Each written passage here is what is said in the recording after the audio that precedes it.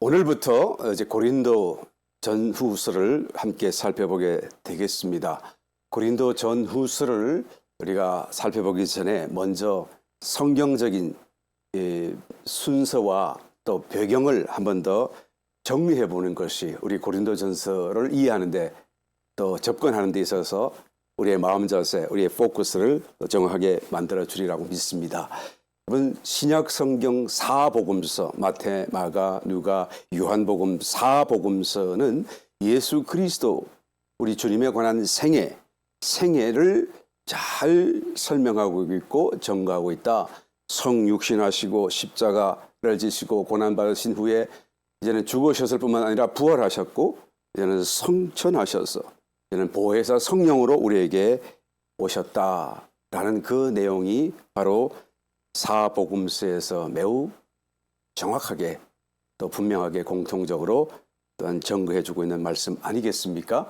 주님은 떠나가셨지만 이제는 보혜사 성령님을 보내주셔서 주님은 우리와 함께 계시고 결국 이 땅에 남겨두신 것이 무엇입니까? 바로 한 몸, 그리스도의 몸으로서의 산 공동체인 교회를 그 과정 속에서 성육신하시고 고난받으시고 부활하시고 성천하셔서 이제는 결과적으로 만드시고 우리 가운데 남겨주셨다라는 사실이에요. 그러니까 사복음서의 결론이 뭐냐 해석할 때 이게 결과적으로 남겨진 것이 무엇이냐라고 했을 때 바로 그것이 교회라는 거예요. 보혜사 성령님 우리 가운데 보내주신 것도 물론이겠지만 그러나 그 보혜사 성령님은 본래부터 계셨던 하나님이시잖아요. 그래서 정말로 주님이 이 땅 가운데 오셔서 공생애를 통하여서 그리고 떠나시면서까지 남기시고 이루시고 완성한 것이 무엇이냐라고 했을 때 바로 그것은 교회, 당신의 몸으로서의 한 몸 공동체로서의 교회를 세우신 거예요. 교회를 이제는 스타트 시키신 것이 바로 이 사복음서의 결론입니다. 그리고 난 뒤에 사도행전이 나오잖아요. 그 사도행전에서는 이제는 교회, 그리스도의 몸으로서의 교회가 이제는 확장되는 전 세계로 이제 커져가는 그리스도의 몸의 역사, 그죠? 확장되는 그런 교회의 역사서가 바로 사도행전이에요. 그래서 신약 성경에서 역사서라고 하면 사도행전이라고 말할 수가 있겠죠. 그 다음에 로마서, 우리 지난 시간까지 살펴봤던 말씀이 바로 로마서인데 그 로마서에서 무엇을 말했습니까? 구원에 대한 아주 황금과 같은 그런 설명과 교리적인 그런 어떤 계시를 그 속에 담고 있지 않습니까? 정말로 중심적이고 정말로 구원이 무엇이냐라고 했을 때 그 내용을 체계적으로 우리에게 소개해 준 것이 바로 로마서인데 그 구원의 결론이 뭐냐? 구원의 그 마지막이 뭐냐? 구원받은 성도들이 다 모여서 함께 한 몸 공동체로서 교회 생활을 하는 것이다 라는 것을 로마서의 맨 마지막 부분에서 구원에 대한 증거로서 교회 생활하는 정말 아름다운 그런 성도들의 삶을 문안 인사하며 일일이 다 서로에게 소개하고 안부하고 기도하는 그런 모습을 통해서 증거해 주는 것이 바로 로마서이다라는 거예요. 그러니까 구원의 목적이 결국에는 결론이 결국은 교회다라고 말할 수 있을 그것을 바로 이게 로마서에서 우리가 증거받을 수가 있는 것입니다. 그러므로 구원받은 성도가 혼자서로도 너무 기적적인 사건이지만 너무 많은 놀라운 하나님의 은혜와 기적이 그 속에 들어있는 것이겠지만 그러나 하나님께서는 이렇게 구원받은 성도를 모아서 서로 엮어지게 하시고 주님이 거하시는 성전으로서 한 몸 공동체로서 만드시고 그 가운데 주님이 몸으로서 머리로서 와 계시면서 거하시는 이런 정말로 초유의 어떤 창조물이 생겨난 것이다라고 말할 수가 있는 거예요. 그래서 구원받은 성도가 교회 생활을 한다는 것은 여러분 정말 이게 그냥 평범한 일이 절대 아니에요. 내가 어쩌다가 이 교회 왔고 어쩌다가 그냥 신앙생활하고 그리고 그냥 그렇게 매일 그냥 교회 와서 예배 보고 가고 오고 한다라는 개념이 아니라는 것이죠. 그것보다 훨씬 더 깊은 의미가 그 속에 있는 것이고 우리가 알아야 될 영적인 그런 어떤 실체가 그 속에 들어있다는 것을 우리가 알아야 되는 것입니다. 그 사실을 계속해서 지금 성경이 조명해주고 말씀해주고 있는 거예요. 그래서 로마서에서 그것을 구원이 뭐냐?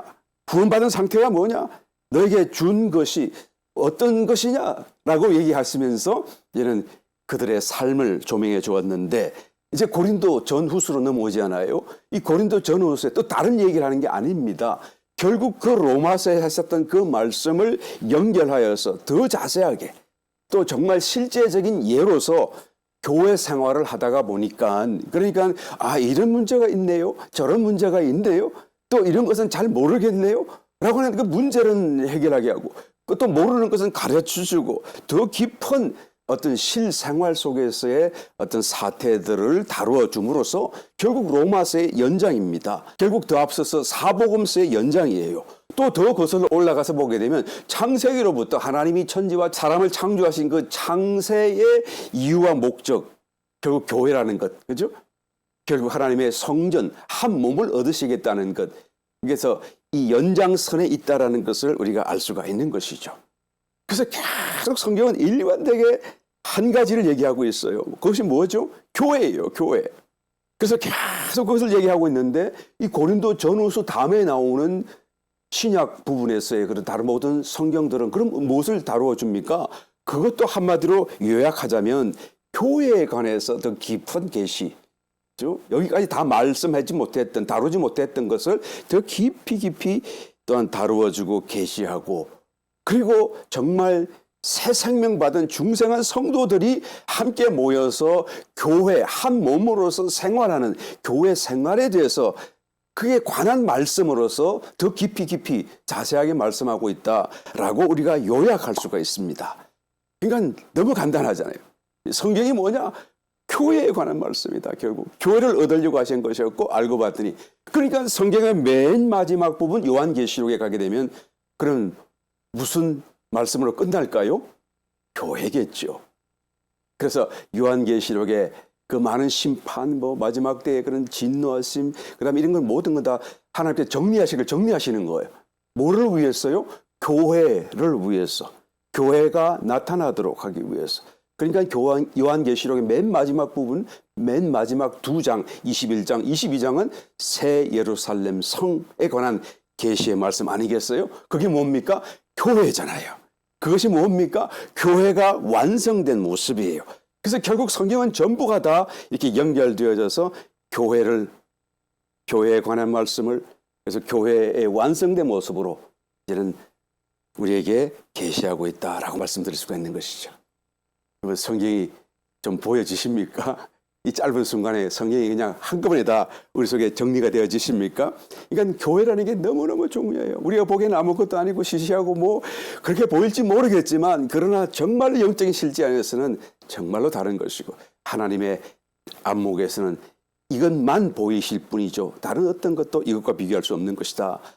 그래서 교회를 귀중히 여기시고, 교회를 섬기시고, 교회를 사랑하시고, 교회 열심히 여러분 교회를 위하여 봉사하고, 교회를 위하여 참으로 시간을 들이시기를 다시 한번 예수 이름으로 축원드립니다. 이것이 하나님의 마음을 가장 기쁘게 드리는 일이요, 또 하나님의 뜻 가운데 선 길이다라는 것이죠. 고린도 전서의 그 배경이 무엇입니까? 우리 먼저 이 고린도 전서, 특별히 교회 생활에 관해서 좀 더 깊이 디테일하게 우리가 좀 살펴보기 위해서요, 고린도 교회에 이제 주신 편지가 고린도 전후서인데, 이 고린도 전서를 보내게 된 배경이 어떤 것입니까? 먼저 고린도 교회가 어떻게 성립되고 설립되어지고 세워졌는지를 우리가 한번 알아볼 필요가 있겠죠.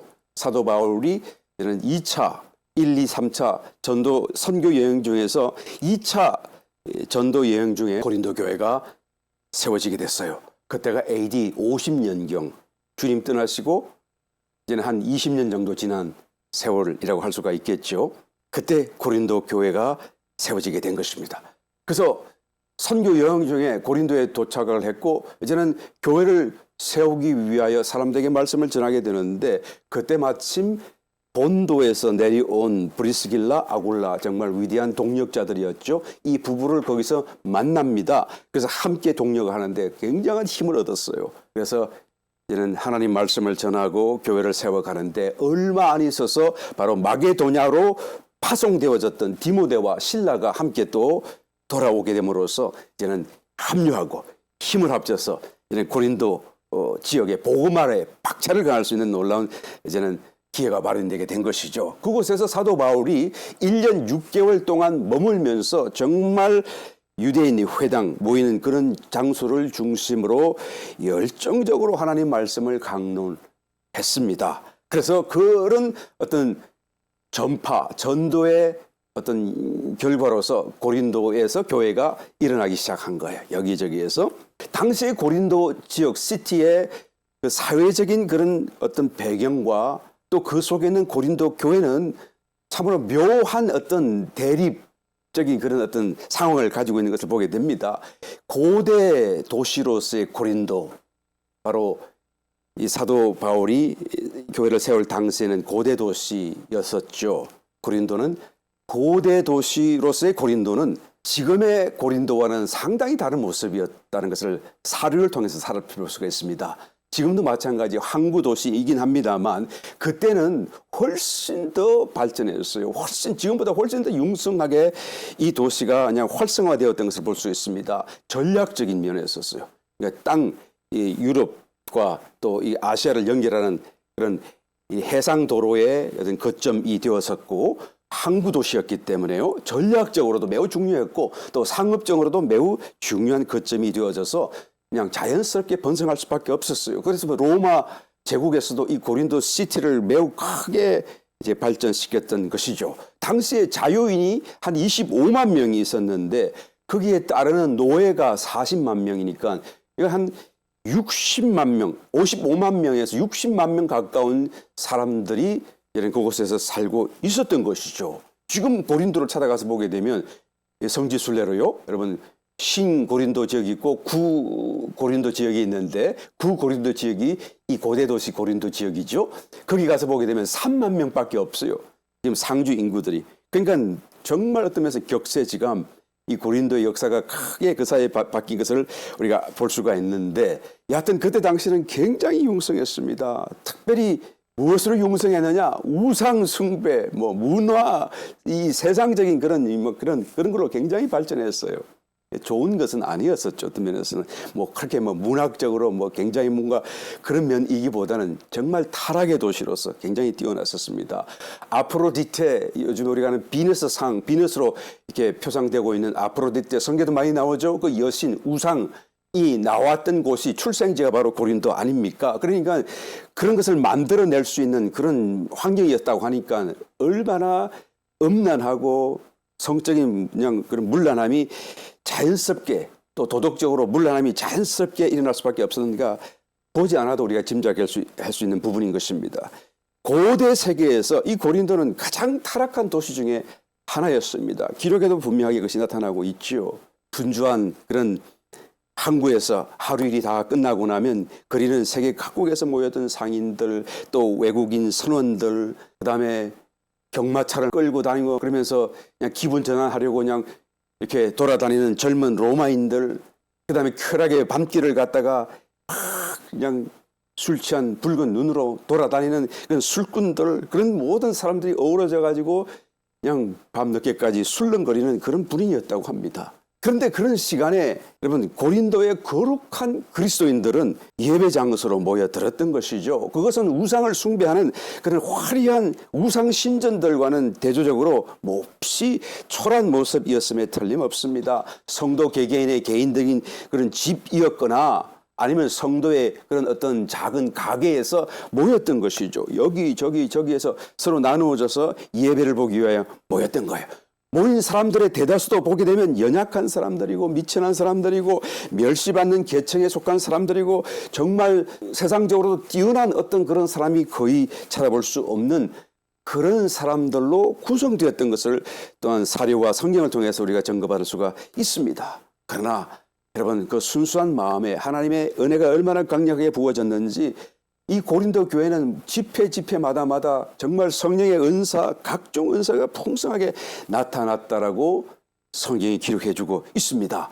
예배를 봐도 오늘날 같이 그냥 정해진 순서를 따라 하는 것이 아니라 자유스럽게 누가 인도하지 않아도 자유스럽게 여기저기에서 그냥 한 사람이 가르치는 은사가 있으면 그가 일어나서 말씀을 또한 그냥 강론을 하게 되고 그 강론을 또 듣고 또 여기서 일어나서 하나님 앞에 대표적으로 기도도 하고 또 저기서 한 사람이 일어나가지고 방언을 얘기하면 또 여기서 강을 통역하고 예언을 하는 사람이 있고 그 가운데서 귀신이 떠나가고 그 다음에 막 병자가 일어나고 고침받는 신유의 역사, 이런 기적들이 집회 때마다 일어났던 것을 보게 되는 것입니다. 예배가 또 끝나면 하나님으로 인하여 하나님의 임재로 인한 그 기쁨과 감사로 또한 정말 모여서 주님의 만찬, 성찬을 함께 나누면서 주님이 죽으신 것과 또한 부활하신 사건을 서로 기념하고, 그리고 정말 아름다운 성도의 교제성에서 함께 포옹하고 인사를 나누고 또 헤어졌던 것을 보게 되는 것이죠.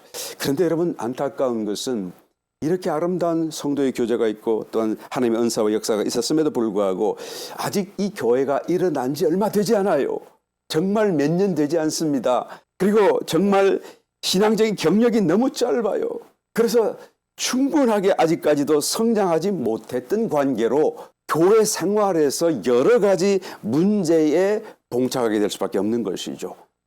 어떤 사람들은 영적으로 교만하고 자기가 최고이고 자기가 모든 것을 다 아는 것 같이 교만한 사람이 나타나고, 또 여기저기서 이것이 옳다 저것이 옳다 영적인 혼란과 혼돈이 막 뒤섞이기 시작하고, 사도 심지어는 바울조차도 그의 가르침을 이는 거부하고 사도 바울이 정말 사도 맞냐라고 반대하는 그런 폐가 교회 중에 정말 폐라고 말할 수밖에 없는 그런 당이 생겨나는 것을 보게 된 것이죠. 정말 생각할 수 없는 일들입니다. 그 다음에 세상적으로 성적인 그런 문란함과 말할 수 없는 부도덕함이 꽉 차 있는 그 기운을 그대로 또한 교회에도 들어오도록 허용을 하고, 교회에서 부도덕한 그런 성적인 사건이 일어나지 않았었습니까?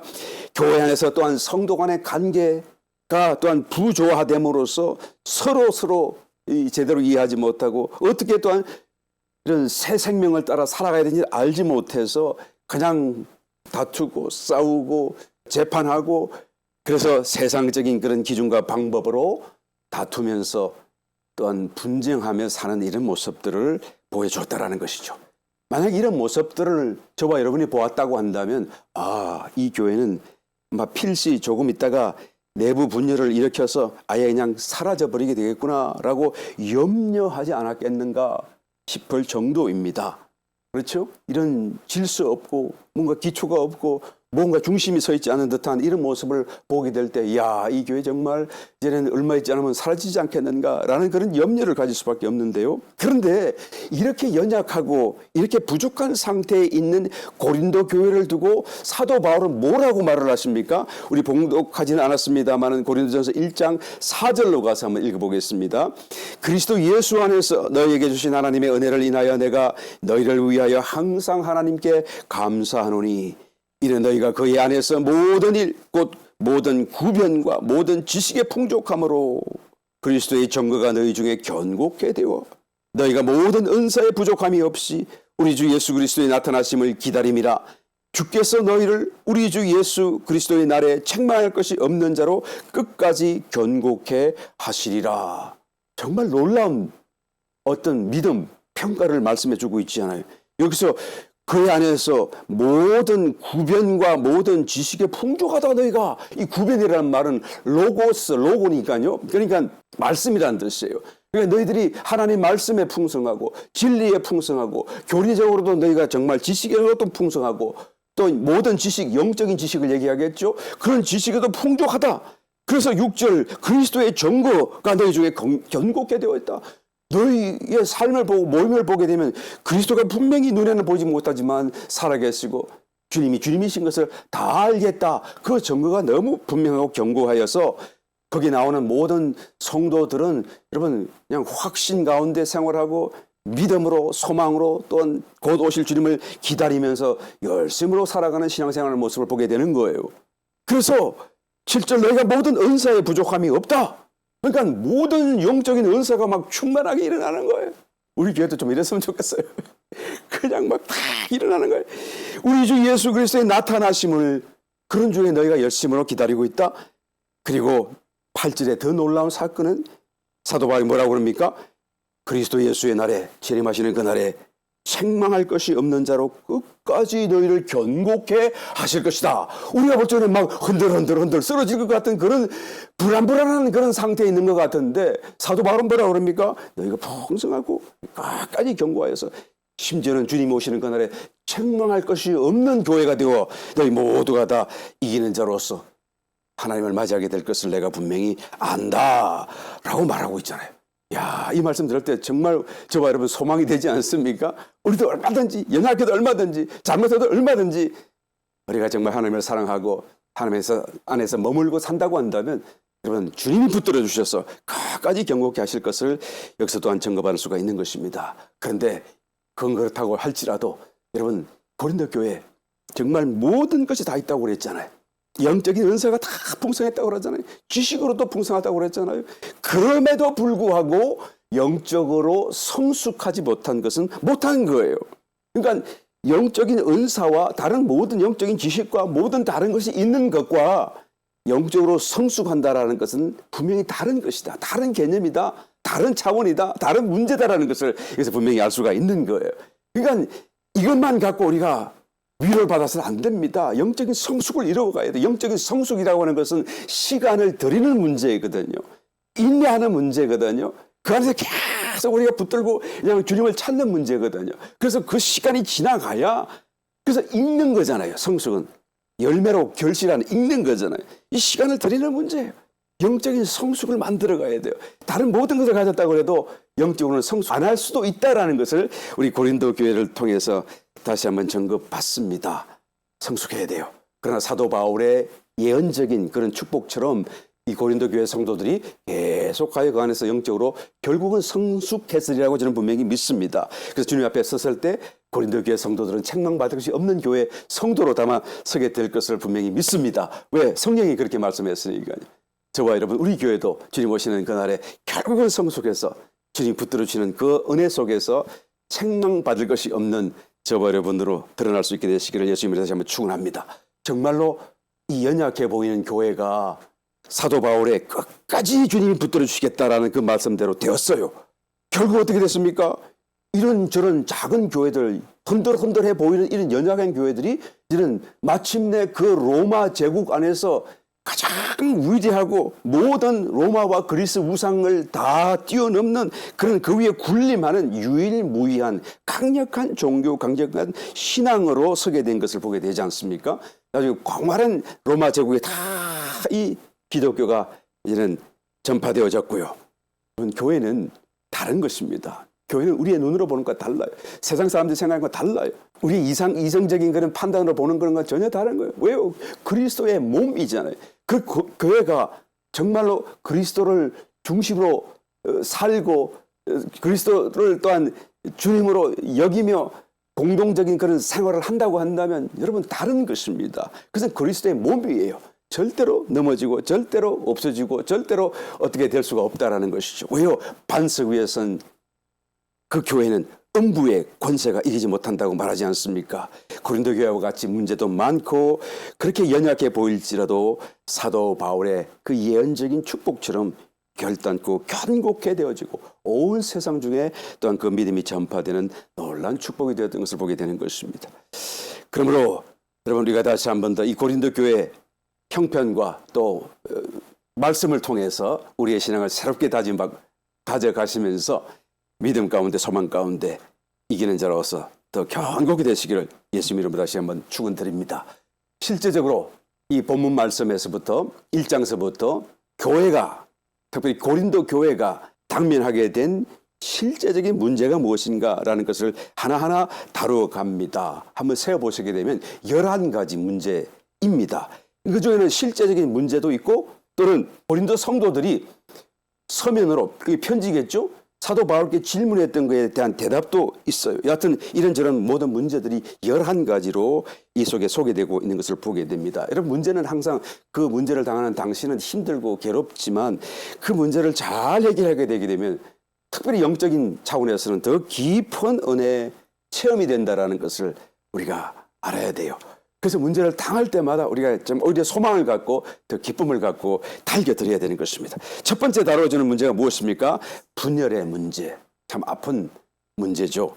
갈라진다는 것입니다. 이 가장 심각한 문제예요. 그래서 다른 어떤 문제보다도 첫 번째로 다루고 있는 것을 보게 됩니다. 그래서 1장에서부터 4장까지 이 말씀을 직간접적으로 얘는 광역적인 의미 속에서 다루어주고 설명하고 있고 또한 그것을 계시해주고 있는 것을 보게 됩니다. 정말 중요한 문제예요. 분열하는 것은 정말 심각한 문제일 수밖에 없습니다. 왜 그렇게 심각합니까? 사실은 창조의 목적, 창세의 목적, 사람을 지으신 목적이 한 몸을 가지시는 것인데 그것이 만약에 분열된다고 한다면 여러분 하나님의 창조 목적에 반대되는 거가 되잖아요.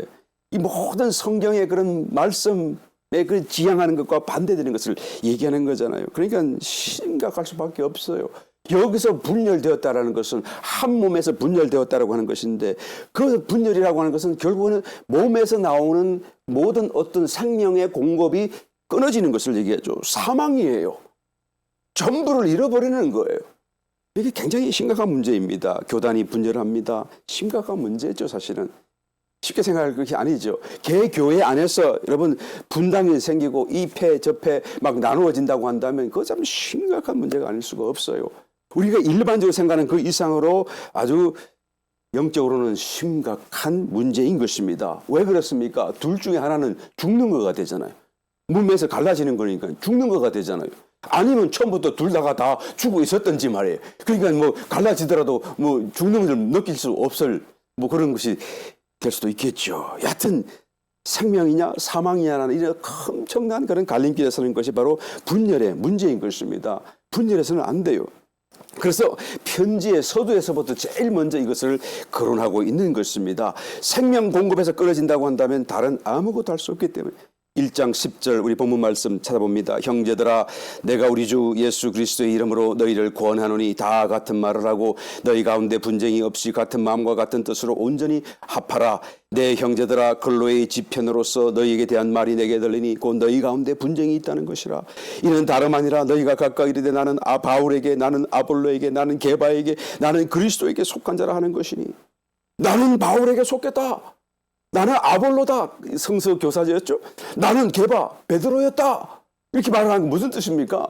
다 하나님의 사역이고 다 같은 하나님을 섬기는데 다 같은 성령 안에 있는데 다 같은 한 가지 성경인데 왜 이게 나누어지죠? 그러니까 서로 뭔가 다르다는 거예요. 나는 바울에게서 좋은 점이 있고 여기 아볼로에는 없는 것을 나는 봤어. 나는 이게 너무 좋아 라는 뜻이고요. 또 아볼로를 추구하는 베드로를 추구하는 그런 당에 있는 사람들은 뭐라고 그러죠? 아 나는 그거는 싫고 나는 이게 더 좋아. 나는 이 모습이 더 좋아라고 말하는 거잖아요. 여러분 그것들이 주장하고 좋다고 하고 너희와 다르다고 당파를 짓게 하는 그 어떤 기준이 뭐죠? 사람이에요. 바울의 좋은 점이에요. 아볼로의 좋은 점이에요. 더 뭐 성서 해석에 있어서 좋은 점을 자기들 이게 더 좋다고 여기는 거 아니겠어요? 그런데 그것은 다 사람에 속한 거예요. 그걸 봐서는 안 되죠. 그 속에 아볼로 속에 있는 그리스도, 그다음에 바울 속에 있는 그리스도, 게바 속에 있는 그리스도를 보아야 되는 거예요. 그걸 따라가야 되는 것이죠. 그래서 그렇게 되면 저절로 하나잖아요. 그리스도가 한 분이시니까 말이에요. 그런데 그것을 제치고 겉에 있는 사람의 좋은 것을 따라가겠다는 거예요. 그러니까 당파가 생기고 분열이 생기는 거예요. 그러니까 또 한편은 그러면 우리는 그리스도에게 속했습니다 라고 말하면서 그리스도파라고 말하는 사람이 나타나잖아요. 그럼 이 사람들은 옳은 사람들입니까? 이 사람들도 아니에요. 왜 그런가요? 그들이 정말로 그리스도를 따라간다고 한다면 바울을 따르는 그 사람 속에는 아직도 자기들과 하나잖아요. 한 지체잖아요. 그 속에 있는 그리스도를 봐야 돼요. 그들이 이렇게 선을 끊는 그런 인간적인 모습을 뛰어넘고 그 속에 있는 정말 그리스도의 생명을 보고 끌어안아야 되는 거예요. 그래서 정말 그것을 드러내고 그래서 하나가 되도록 만들어야 되는데 이 사람들이 말하는 그리스도라고 하는 것은 너희와 달라라고 하니까 그러니까 이 사람들이 그리스도는 이 사람들 속에 있는 그리스도가 다른 그리스도라고 말할 수밖에 없지 않아요? 그러니까 이름은 그리스도파라고 말을 하지만 실제로는 그리스도, 살아계신 그리스도를 따라가는 게 아니다는 거예요. 그래서 다 나누어지는 것입니다. 그래서 13절 그리스도께서 어찌 나뉘었느냐 바울이 너희를 위하여 십자가에 못 박혔으며 바울의 이름으로 너희가 세례를 받았느냐 사도 바울이 이를 지적하는 것입니다. 그리스도를 보라는 거예요. 그리스도가 어째서 나누어졌느냐 그리스도는 한 분 아니시냐 바울이 뭐냐 게바가 뭐냐 아볼로가 뭐냐 라고 말을 하는 것이면서 이런 그 속에 있는 그리스도를 보라고 말하는 것입니다. 이번 세례를 누구에게서 받았는가가 정말로 이 분당의 원인이 되었나요? 그렇지 않습니다. 그들이 사람을 보았기 때문에 그런 거예요. 그 속에 있는 그리스도를 따르지 않았었습니다. 교리적인 문제가 분열의 진정한 원인이었나요? 그렇지 않습니다. 그 속에 있는 그리스도를 보지 않았기 때문에 그런 것이죠. 그래서 사도 바울은 고린도 전후서를 통해서 구원이 무엇이냐? 교회 생활이 무엇이냐? 그 본질적인 면을 다시 한 번 더 설명해 보이고 드러내 보이고 너희들이 그리스도를 쫓아가야 하지 사람을 쫓아서는 그런 신앙 생활이 될 수 없다. 교회 생활은 그런 것이 아니다라는 것을 말씀하는 것이에요. 이것이 바로 고린도 전후서의 내용입니다. 결국 성전, 교회라고 하는 것은 성전, 하나님의 집이잖아요. 하나님이 거하시는 것이잖아요.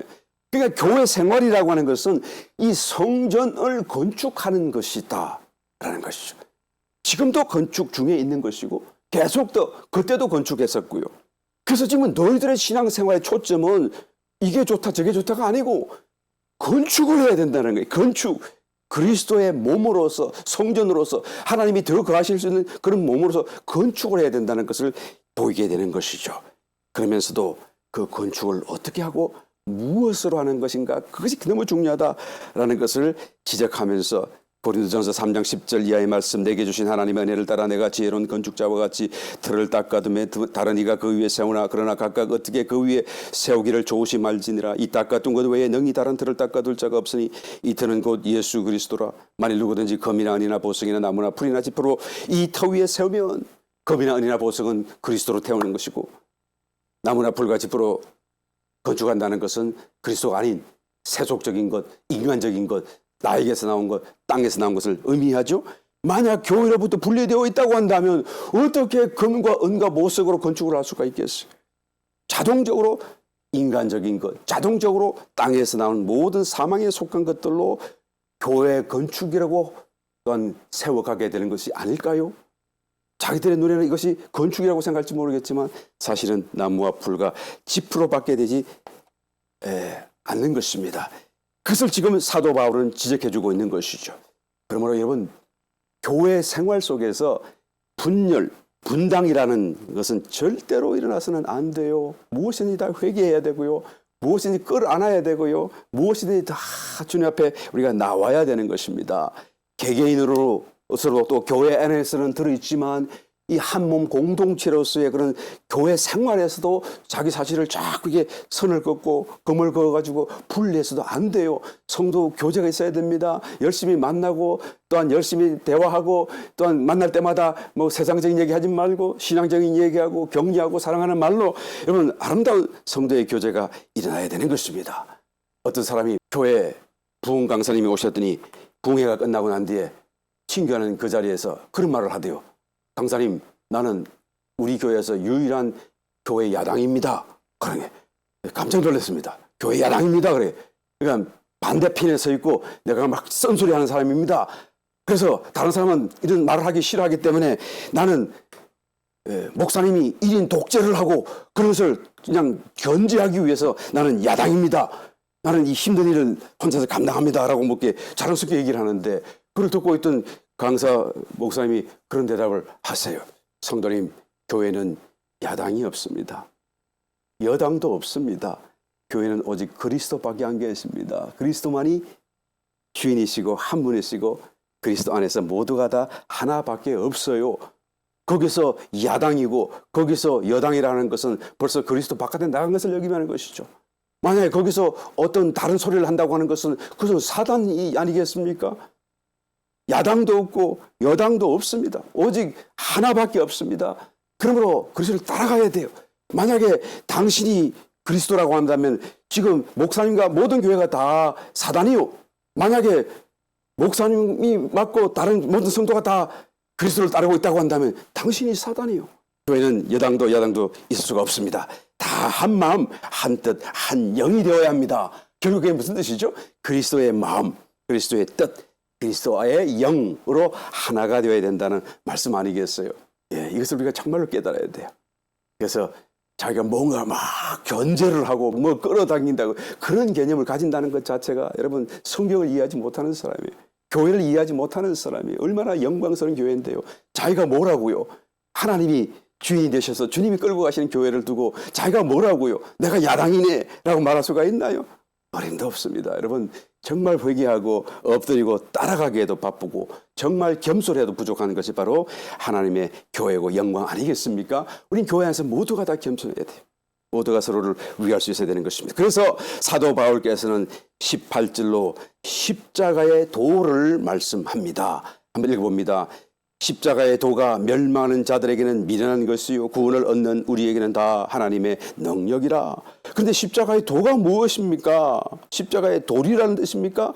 22절로 가서 한번 읽어보겠습니다. 유대인은 표적을 구하고 헬라인은 지혜를 찾으나 우리는 십자가에 못 박힌 그리스도를 전하니 유대인에게는 거리끼리인 것이요 이방인에게는 미련한 것이로되 오직 부르심을 입은 자들에게는 유대인이나 헬라인이나 그리스도는 하나님의 능력이요 하나님의 지혜니라. 그렇죠. 그러니까 이 두 문장을 같이 두고 우리가 이해해 보게 되면 십자가의 도라고 하는 것이 십자가에 못 박힌 그리스도를 얘기하는구나. 십자가의 도라는 것이 로고스니까요. 말씀이라는 뜻이에요. 십자가의 말씀, 십자가의 진리, 십자가의 도라고 해석할 수가 있는 것인데 이 로고스, 말씀이신 그리스도죠. 이게 성경이 서로를 또 증거해 주고 있는 것을 보게 되죠. 그러니까 이 두 문장을 같이 두고 보게 되면 이 뜻을 정확하게 이해할 수가 있습니다. 그래서 단순히 어떤 십자가의 도리를 얘기하는 게 아니에요. 십자가 도라는 것이 십자가의 복음을 얘기하는 게 아닙니다. 십자가의 사건, 십자가를 통하여 이루어 주신 주님의 은혜 이런 것을 어떤 사실을 전한다는 뜻이 아니죠. 곧 십자가에 못 박히신 그리스도라는 뜻이에요. 십자가의 도라는 말씀이. 그 로고스, 말씀이신 그리스도. 근데 그리스도가 어떤 분이시라고요? 로고스, 말씀이신 그리스도. 지금도 말씀하시는 살아계셔서 그 그리스도를 사도 바울이 지금 전한다는 그런 의미인 것이죠. 그래서 사도 바울이 전하는 십자가의 도라고 하는 개념은 살아계신 그리스도를 전한다는 그런 말씀을 지금 좀 이렇게 다른 말로 표현하고 있는 것이죠. 그래서 그분은 살아계셔서 말씀하시는 분이신데, 그래서 살아계셔서 말씀하시기 때문에 만약 우리가 살아나고 우리의 귀가 열려져 있다고 한다면 그리스도의 말씀이신 그리스도, 살아계셔서 말씀하시는 그리스도의 말씀을 듣게 될 것이다. 그 말씀을 듣고 따라가게 되면 그런 어떤 삶의 관계 속에 들어가게 되면 그 말씀이에요. 그 관계 속에 들어가게 되게 되면 이제는 그 사신 그리스도가 나에게 무엇이 되고 되신다라는 것을 설명하고 있습니다. 30절, 31절 너희는 하나님께로부터 나서 그리스도 예수 안에 있고 예수는 하나님께로서 나와서 우리에게 지혜와 의로움과 거룩함과 구속함이 되셨으니 기록된 바 자랑하는 자는 주 안에서 자랑하라 함과 같게 하려 함이니라. 이 길을 가야 된다는 것을 얘기하는 거예요. 너희가 왜 분열되느냐? 이 길을 가지 않기 때문에.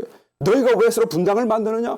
살아계신 말씀이신 그리스도, 말씀하시는 그리스도를 듣고 순종하는 그 관계 속에, 그 삶 속에 너희가 들어가지 않기 때문에 너희의 그냥 인간적인 자랑이 드러나고 너희의 모든 세속적인 그런 것이 드러날 뿐이지, 나무나 풀과 집만 드러날 뿐이지, 정말 금과 은과 보석이라고 할 수 있는 그리스도가 너희에게 나타나지 않고 있구나. 그러니까 당연히 갈라질 수밖에 없지 않느냐. 그런데 그 그리스도가 우리에게 무엇이 되었다고 말씀합니까? 우리에게 30절 다시 돌아서 봅니다. 지혜와 의로움과 거룩함과 구속함이 되셨다. 그래서 이런 모습으로 그리스도가 너희에게 각자에게 나온다고 한다면 너희가 어떻게 바울파다, 아볼로파다 그런 말을 할 수가 있겠느냐? 어떻게 그런 삶을 살 수가 있겠느냐라고 지금 이게 간접적으로 지금 말씀을 하고 있는 거예요. 지혜가 되었다고 말씀합니다. 이 지혜는 세상 지혜와 다른 지혜죠. 영적인 세계를 그냥 유추하고 또는 인식할 수 있는 초자연적인 지혜입니다. 사실 하나님의 말씀은 영의 말씀이고 초자연적인 세계의 그런 영의 말씀이기 때문에 이 말씀을 우리는 이해할 수 없어요.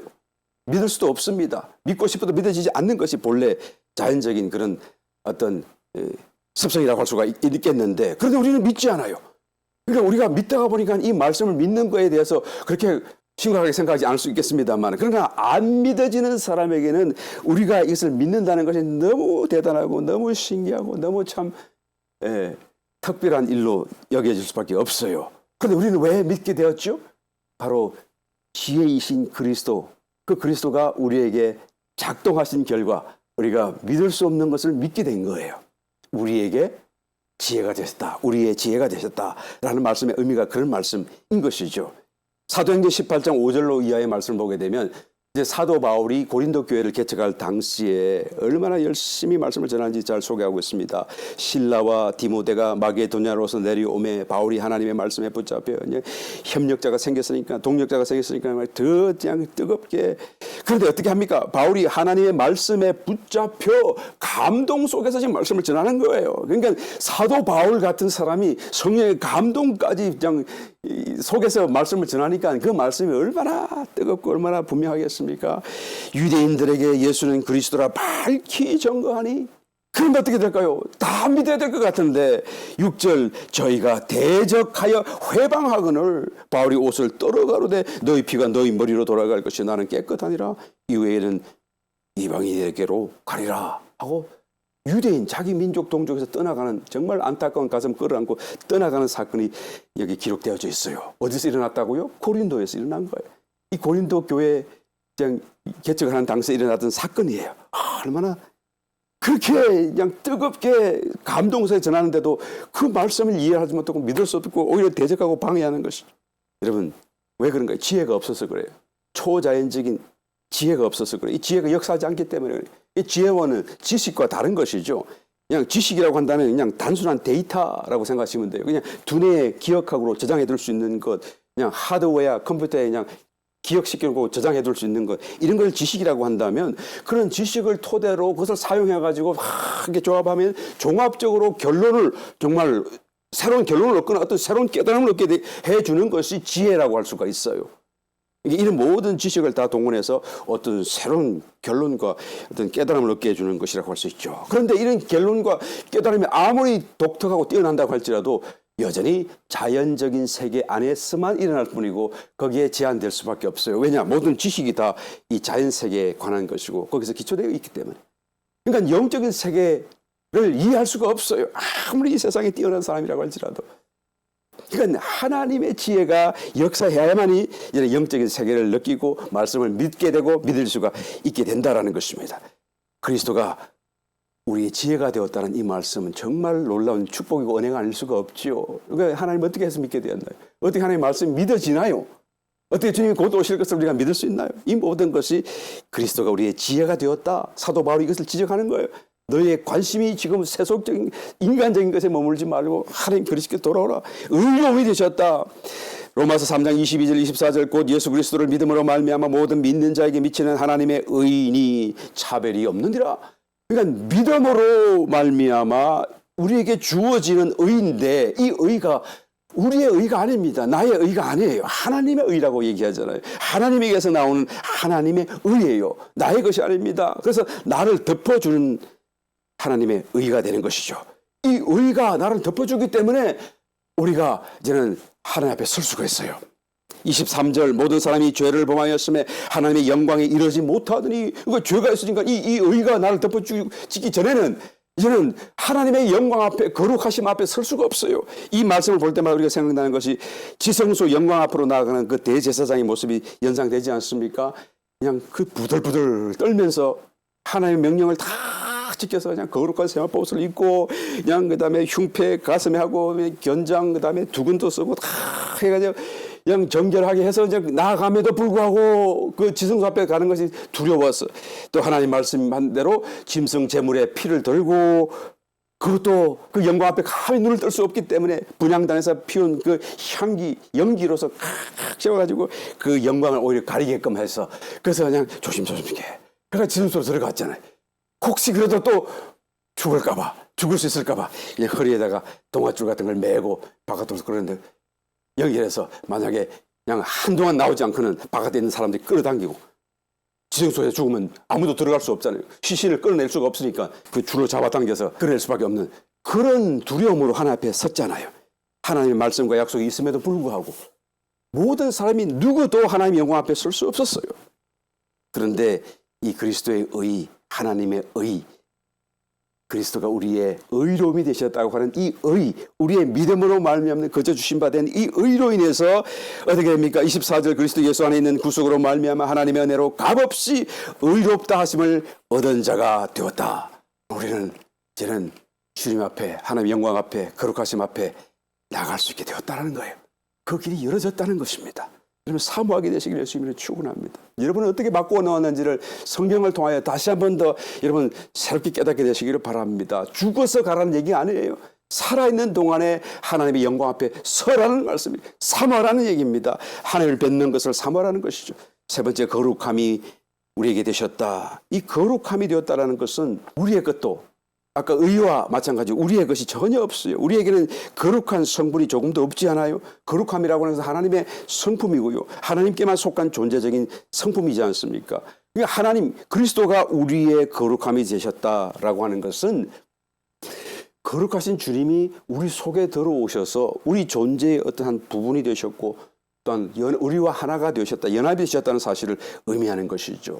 고린도전서 6장 17절 주와 합하는 자는 한 영이라 one spirit 한 영이 된 거예요. 내 영이 있고 그리스도 영이 있지만 그 영이 하나가 되었다 그 말이에요. 주님이 나와 하나가 되었다는 것을 의미하는 것이죠.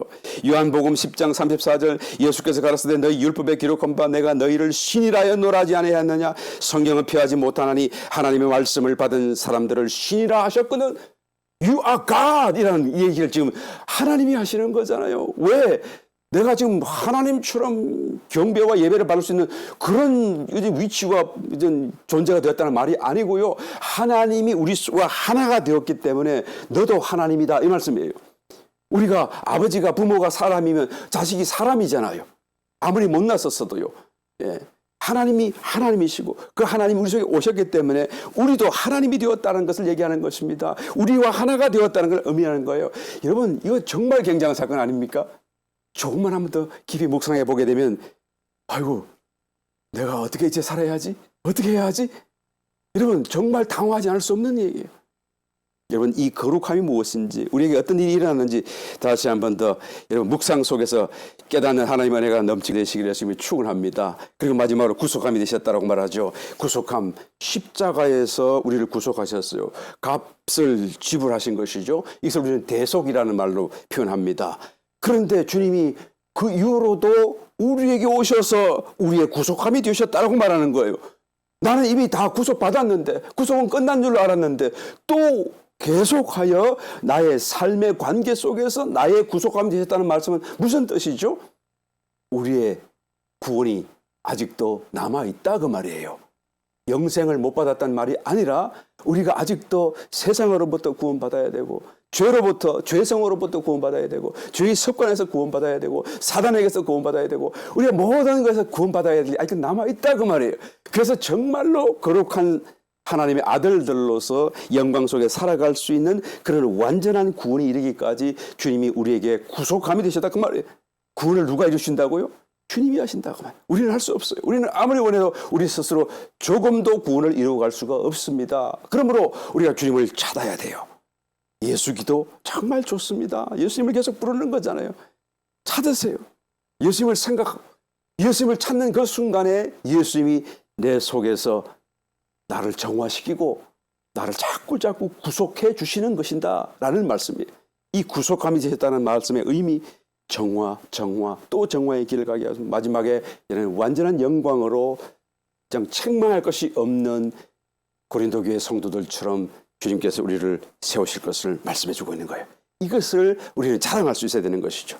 31절 마지막 절 기록된 바 자랑하는 자는 주 안에서 자랑하라 함과 같게 하려 함이니라. 여러분 이 사실에서 벗어나면 그것이 분열이 되는 거예요. 이런 관심에서 자꾸 딴 것을 관심하게 되면 분열이 되는 것입니다. 분리되었다고 한다면 이런 모든 것이 또한 공급되지 않는다는 말씀이기도 하죠. 분리된 채로 신앙생활을 한다면 그러면 그것은 무슨 신앙생활인가요? 거기서 추구하는 것은 어떤 신앙인가요? 그래서 그것은 나무나 풀같이 빌 수밖에 없습니다. 그것은 정말 아무것도 아니에요. 오늘 1장에서 하시는 사도 바울의 말씀의 요지가 바로 여기에 있는 것입니다. 지금 이와 같은 것들이 나에게 공급되고 있느냐?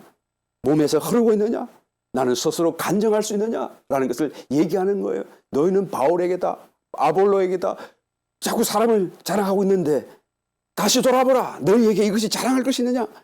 그리스도가 나의 지혜가 되셨다, 의로움이 되셨다, 거룩함이 되셨다, 구속함이 되셨다는 것을 너희가 간증할 수 있느냐라는 것을 지금 말하고 있는 것입니다. 저와 여러분 다시 한번 이 말씀을 통해서 우리의 신앙을 새롭게 정리하시면서 정말 열심으로 진정으로 우리가 자랑할 것이 여기에 있다는 것을 깨닫고 온 마음을 다해서 주님을 주목하여 달려갈 수 있는 저와 여러분 다 되시기를 예수님으로 축원합니다.